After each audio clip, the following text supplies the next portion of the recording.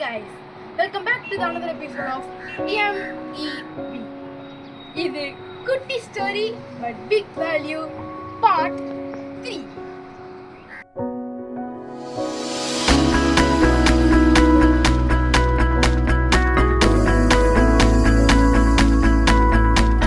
Let's get started. Okay, ஒரு குட்டி கதை. குருவி ஒன்று தன்னோட கழுத்துல ஒரு பேக் போட்டிருந்தது. அந்த பேக் ரொம்ப வெயிட்லெஸ், அதனால அதெல்லாம் பறக்க முடியும், என்னன்னாலும் பண்ண முடியும், ஒரு பிரச்சனையும் கிடையாது. அது காலம் போக போக சரி இந்த பேக் இப்போ சும்மா தானே இருக்குன்னு ஒவ்வொரு தேவையில்லாத பொருளெல்லாம் போட்டு இருந்துச்சு. அது என்ன ஆகும், பேக் வெயிட் ஆகுனா அதால் பறக்க முடியாது. ஸோ அதே மாதிரி பேக்கும் வெயிட் ஆகுது, அதால் பறக்க முடியல.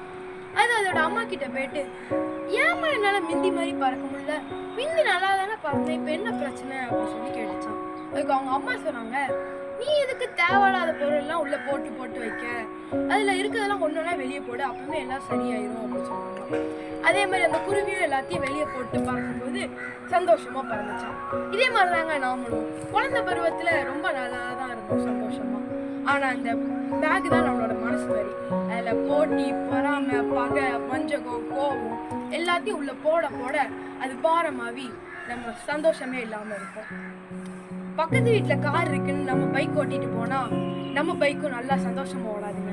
நம்மகிட்ட பைக் இருக்குன்னு போய் பாருங்க, அவ்வளோ சந்தோஷமா இருக்கும். அதனால் நம்ம மனசுல இருக்க தேவையில்லாததெல்லாம் எடுத்து வச்சுட்டு சந்தோஷமா வாழலாம். எதுக்குங்க இந்த தேவையில்லாத போட்டி, பகை, வஞ்சகம்? ஓகே, இந்த வீடியோ பிடிச்சிருந்தா லைக் பண்ணுங்க, ஷேர் பண்ணுங்க, கமெண்ட் பண்ணுங்க.